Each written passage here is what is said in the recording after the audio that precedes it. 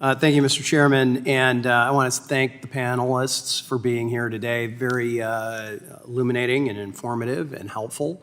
One special person I do want to recognize, I know Ms. Ross has a special guest assistant with her, and sorry, it's our jobs as parents to embarrass our kids. I've got kids about the same age, but glad you've participated, and frankly, I will note that you had more stamina than most of the members of Congress making it through a 2-hour-plus hearing. So, but this is why we're doing this. This is why we are all here, is to make sure our kids and our grandkids have a better future than what we have. And that's why this question, this issue is so important to what we are talking about.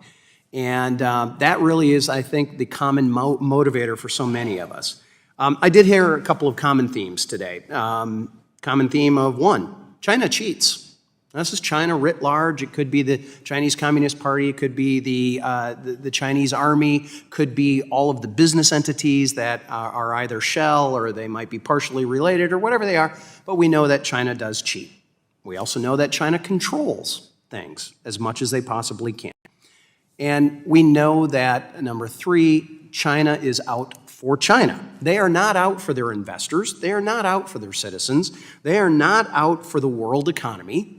They're out for China and their way of life and their governmental structure. And I would think that if you can accept 1, 2, and 3, then you have to ask the question, how will additional rules, requirements, demands, temper tantrums, whatever it is, how is that going to change China's actions? And that's what this is about. And I don't think those things will.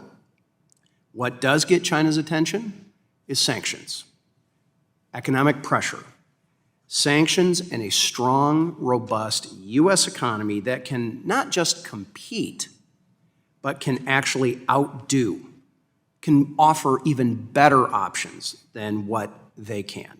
And not just in our country, but around the world. So we need a positive environment for our entrepreneurs, our small innovators, our risk takers, the things that have made the U.S.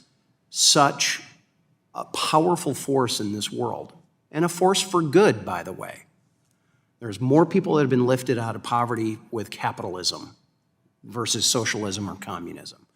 There are more opportunities that have happened across the board for every single citizen of any country that has taken that route, and we need to encourage that. And I just want to emphasize that as we're looking at lots of discussions outside of this committee as well, what is going to be getting done here in our economy. We need to be conscious of this.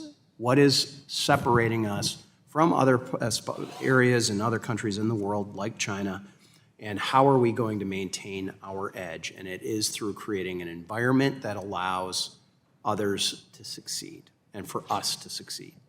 So with that, Mr. Chairman, I do appreciate you doing this hearing today, and I look forward to the conversation, look forward to learning more about your bills that you have are in the process of drafting, and I look forward to this continuation. Look forward to working with you.